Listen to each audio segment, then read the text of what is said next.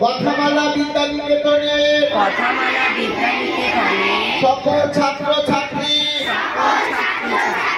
ও শিক্ষাব্রতবৃন্দ আজ শপথ করছি যে নতুন শিক্ষাবর্ষে পাঠদান ও পাঠ গ্রহণের সময় আমরা একে অপরকে আন্তরিকভাবে সহযোগিতা করব। আমাদের বিদ্যালয়ের নিয়ম শৃঙ্খলার প্রতি সজাগ থাকব।